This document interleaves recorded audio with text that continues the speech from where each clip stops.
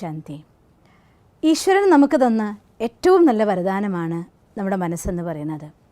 എന്നാൽ മനസ്സ് കടിഞ്ഞാണില്ലാത്തൊരു കുതിര പോലെ പായുകയാണെന്നും അതിനാർക്കും നിയന്ത്രിക്കാനാവില്ല എന്നുള്ളതായിട്ടൊരു വിശ്വാസത്തിലാണ് ഇന്നത്തെ ലോകത്തെ എല്ലാ മനുഷ്യന്മാരും ജീവിക്കുന്നത്.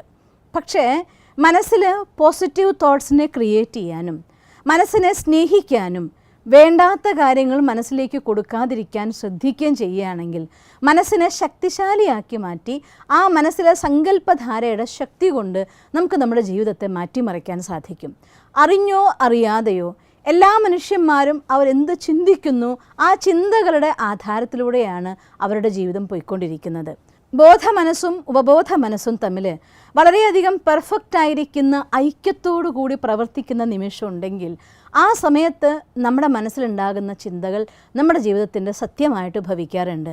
പക്ഷേ പലപ്പോഴും നമ്മുടെ ബോധ മനസ്സിൽ നല്ല കാര്യങ്ങൾ ചിന്തിക്കുമ്പോഴും മനസ്സിൻ്റെ ഉള്ളിൽ ആ കാര്യത്തെക്കുറിച്ച് നമ്മൾ അനുഭവിച്ച ചിത്രങ്ങളുടെ വേദനകളുടെ എല്ലാം തന്നെ പരിണിത ഫലങ്ങളാണ് റെക്കോർഡ് ചെയ്ത് വെച്ചിരിക്കുന്നതെങ്കിൽ, ഉദാഹരണം പറയുകയാണെങ്കിൽ എനിക്കിപ്പോൾ ഏതെങ്കിലും ഒരു സാധനം അല്ലെങ്കിൽ ഒരു റിലേഷൻ, എനിക്കൊരു ബന്ധത്തെ വീണ്ടും നന്നാക്കിയെടുക്കണം. എൻ്റെ ഹസ്ബൻഡ് എന്നിൽ നിന്ന് കുറച്ച് പിണങ്ങി നിൽക്കുകയാണ്, എൻ്റെ വൈഫ് എന്നിൽ നിന്ന് പിണങ്ങി നിൽക്കുകയാണ്, അഥവാ എൻ്റെ പേരൻസ് എന്നോടുള്ള കമ്മ്യൂണിക്കേഷൻ കട്ട് ചെയ്തിരിക്കുകയാണ്.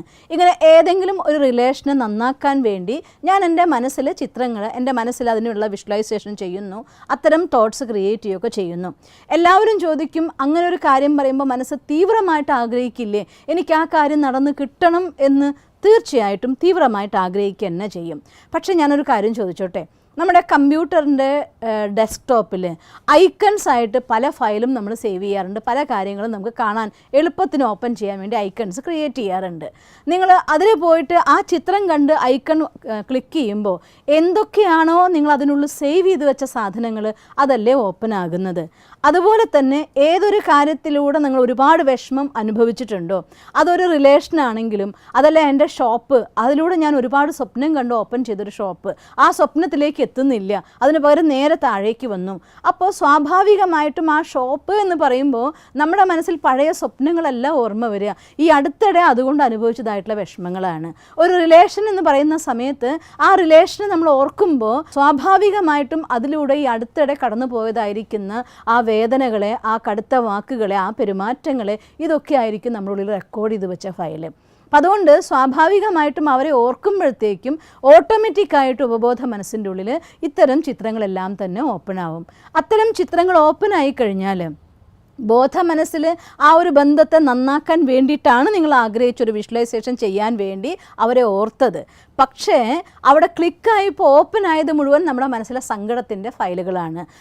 സങ്കടത്തിൻ്റെ ഫയലുകളാണ് ഓപ്പൺ ആവുന്നതെങ്കിൽ അതിൽ നിന്ന് പ്രൊഡ്യൂസ് ചെയ്യുന്നതായിട്ടുള്ള എനർജി അത് തീർച്ചയായിട്ടും ദുഃഖത്തിൻ്റെ, സങ്കടത്തിൻ്റെ വൈബ്രേഷൻ മാത്രമേ ഉണ്ടാക്കാനായിട്ട് സാധിക്കുള്ളൂ.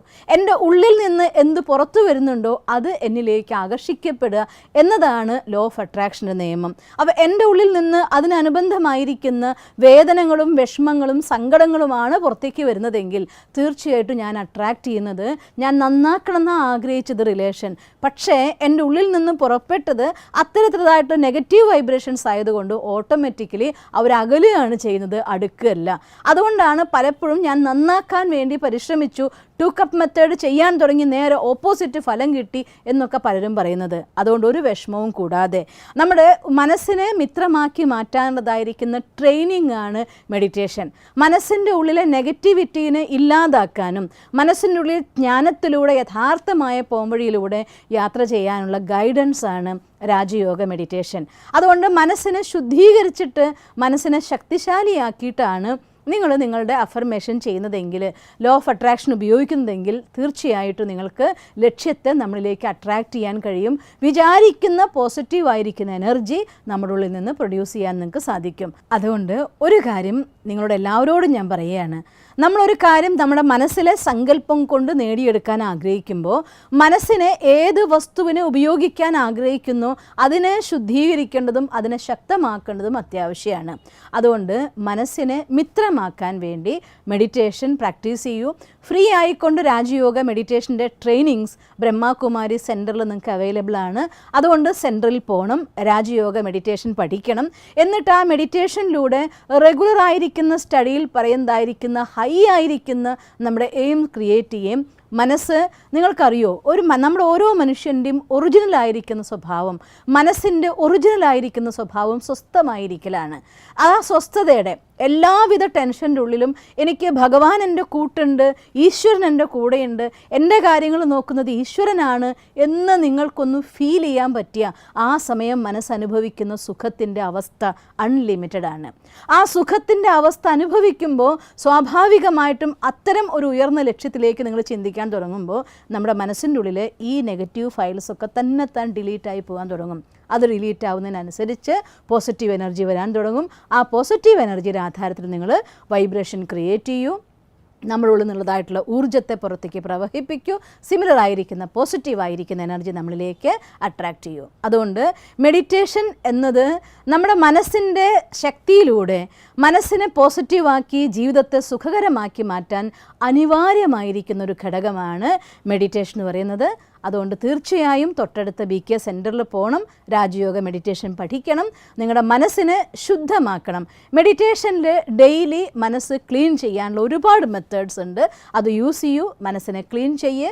ബോധ മനസ്സും ഉപബോധ മനസ്സും ഒരുപോലെ ശുദ്ധമാകുമ്പോൾ മനസ്സിലെ സങ്കല്പങ്ങൾ സത്യമായി ഭവിക്കും. അങ്ങനെ നിങ്ങളുടെ എല്ലാ സ്വപ്നങ്ങളും നേടിയെടുക്കാനും നിങ്ങളുടെ മനസ്സിനെ ശാന്തവും ശക്തവുമാക്കാനും നിങ്ങൾക്ക് സാധിക്കട്ടെ എന്ന് ഞാൻ ആഗ്രഹിക്കുന്നു. ഓം ശാന്തി. ദിവസം തോറും ജീവിത വിജയങ്ങൾക്ക് വെളിച്ചം വീശുന്ന പുത്തൻ വീഡിയോകൾക്കായി ഞങ്ങളുടെ യൂട്യൂബ് ചാനൽ സബ്സ്ക്രൈബ് ചെയ്യൂ. നോട്ടിഫിക്കേഷൻ ലഭിക്കുന്നതിനായി ബെൽ ഐക്കൺ ക്ലിക്ക് ചെയ്യൂ. ഒപ്പം ഞങ്ങളുടെ ഫേസ്ബുക്ക്, ട്വിറ്റർ, ഇൻസ്റ്റാഗ്രാം പേജുകൾ ഫോളോ ചെയ്യൂ. നന്ദി.